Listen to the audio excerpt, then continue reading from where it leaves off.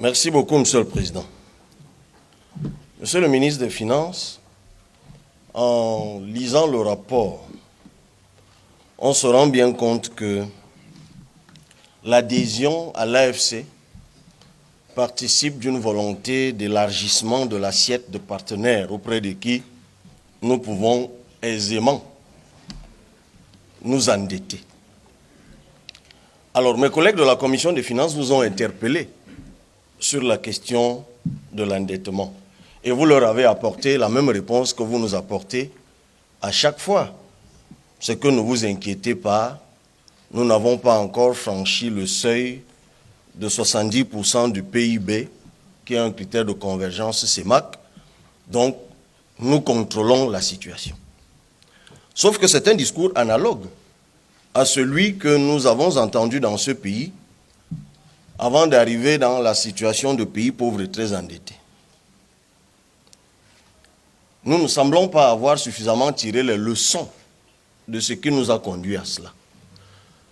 Nous apprenions il y a quelque temps, selon la note de conjoncture de la Caisse autonome d'amortissement d'il y a quelques mois, qu'il y avait eu cette année seulement une augmentation de 11% de la dette. Nous sommes passés d'un peu moins de 9 milliards, c'était le cas dans les documents que vous nous avez donnés décembre dernier, à 12 374 milliards. C'est 11%. Mais nous sommes à 45% désormais du PIB. Donc nous nous rapprochons tout doucement des 70%. Et à chaque fois, vous nous rassurez que vous contrôlez la situation.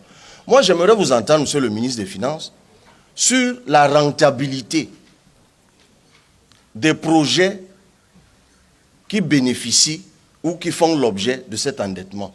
Vous vous rappelez du débat qu'il y avait eu dans ce pays lorsqu'on s'était endetté de 75 milliards pour offrir 50 000 ordinateurs aux étudiants.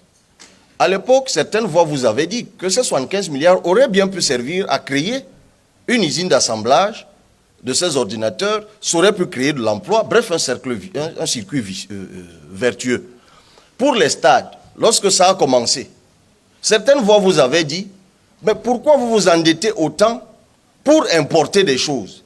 On avait vu des préfabriqués achetés avec l'argent de cet endettement, entrer dans ce pays, alors qu'on pouvait très bien mélanger du ciment dans ce pays aussi et créer de l'emploi. Des exemples comme ça, il y en a à profusion. Alors, Monsieur le ministre, le problème, ce n'est pas de s'endetter. Vous l'avez dit vous-même à nos collègues de la Commission des Finances. Les pays industrialisés sont parfois à plus de 100% de leur PIB. Mais ils restent solvables. Parce que l'endettement en question est productif. Le problème pour nous, et c'est une crainte que je vous exprime, et je voudrais vous entendre là-dessus, c'est que souvent, notre endettement, il est improductif.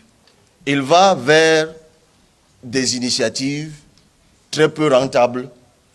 Et ça pose un véritable problème de fond, qui est, et c'est là où j'aimerais vraiment vous entendre, qui porte sur les négociations de cet endettement. Est-ce que c'est à ce niveau que se pose le problème? C'est que vous êtes obligé à chaque fois d'accepter des conditions léonines liées à cet endettement.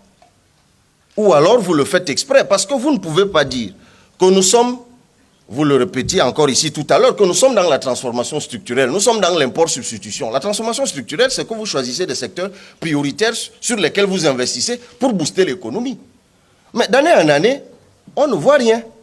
Nous sommes inquiets. Au nom du peuple, je partage avec vous cette inquiétude et je vous interpelle à ce propos, j'aimerais vous entendre. Et pour finir, tout à l'heure, vous avez bien fait de nous dire, je fais un peu du coq à l'âne, peut-être coq pour revenir à l'âne d'avant, que certains de nos collègues, peut-être j'en fais partie, vous ont sollicité pour ci ou pour ça. Mais j'aimerais aussi vous entendre quand même dire un mot sur le dépassement des jours de mission. Question qui est aussi liée à ces fameuses lignes 65-94. Je veux bien, et je vous remercie, que vous nous ayez permis de faire des puits à certains d'entre nous. Mais il y a une petite contradiction quand même là-dedans, parce que ces lignes doivent financer des charges qui ne sont pas prévues, des choses imprévues. Mais il me semble quand même que des choses comme des puits, on ne peut pas les loger à la même enseigne qu'un pont qui se casse ou qu'une catastrophe qui survient. C'est-à-dire qu'on ne peut pas mobiliser la philosophie de justification d'un financement sur un imprévu et la coller à des choses qu'on connaît tous. Le déficit d'eau potable dans ce pays est connu et c'est des programmations et des prévisions qui sont faites dans les lignes des ministères qui doivent nous construire des puits, ainsi de suite, ainsi de suite. Mais vous l'avez dit certainement pour rire. Mais je voudrais quand même vous entendre sur le dépassement des jours de mission, parce que c'est une chose que nous avons beaucoup entendue par rapport à ces fameuses lignes.